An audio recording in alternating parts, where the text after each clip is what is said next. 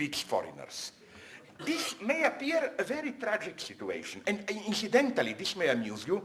The same goes, at least they are telling me, my psychoanalysts, not like me, those who bluff in theory, real one, who deal with people. I mean, there was a pressure on me to become a practicing analyst, but there are two problems. First one is, I talk all the time. Can you imagine me listening to someone not there? And the second problem is, okay, there are many problems. I don't know. Me, psychoanalyst, never. But what I want to say is that friends who really do it are telling me that something strange is going on today where not only the narrow educated classes, but already the average middle classes, the usual candidates for psychoanalytic patients, they no longer come with, in this naive way, with a symptom, you know. They tell, like my own naive, ironic, brutal example. A patient tells you a dream, like I was penetrating a thick forest, I killed a dragon, then I entered the castle, and then the analyst said, yeah, of course. The dragon is your father, you killed him to enter your mother, and then the patient says, oh my God, really, oh, what a shock, whatever. They usually come to you already with an interpretation, how should I put it?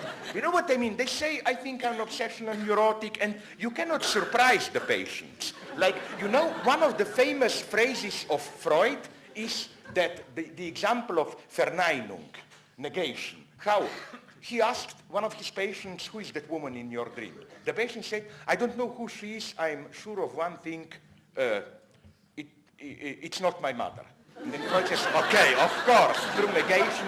But a friend of mine told me, practicing analyst in France this time, that he had the same experience. And you know what how the patient presented the dream? He said, I don't know who is this woman, but I'm sure it has something to do with my mother, you know. Like they conceive it in advance. And this is a very strange logic. So some of my friends, here I want to praise theory a little bit. Frederick Jameson even up to a point, or Noam Chomsky, whom I don't know personally, but I consider him in a wider sense a colleague. They think we live in such a cynical era that we no longer need a theory of ideology, you know. Those in power are openly cynical, corrupted. So, as Chomsky put in a conversation recently, we just need to tell people what really goes on. I don't agree. Why not? Let's go a little bit further. And you have this more widely developed in the book, like to tease you a little bit about the book that you published. I think that today, more and more, ideology functions no longer in the mode of what in psychoanalysis we call symptom, but in the mode of a fetish. What is the difference? To be extremely simple. Symptom is the moment of truth which breaks up the global lie.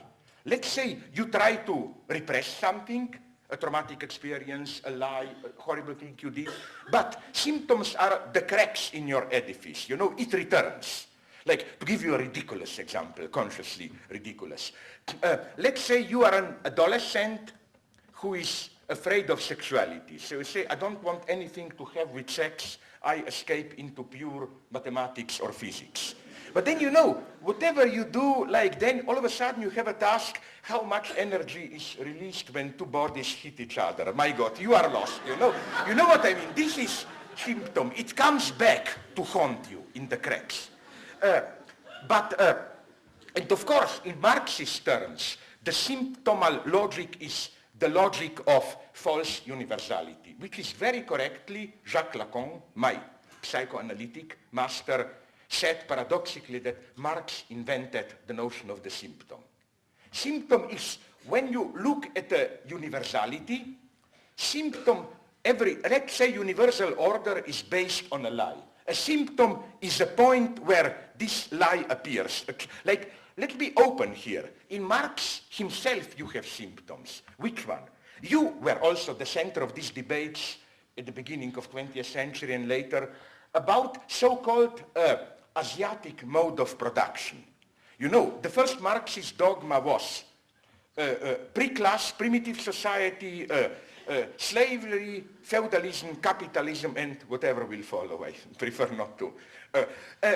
Then, okay, we know in Grundrisse fragments Marx introduces between the first and the second Asiatic mode of production. But I agree with those who claim that this Asiatic mode of production appears to be a positive category, but if you look at it closely, how it effectively functions, it really means it's a kind of a container for all that doesn't fit others, you know.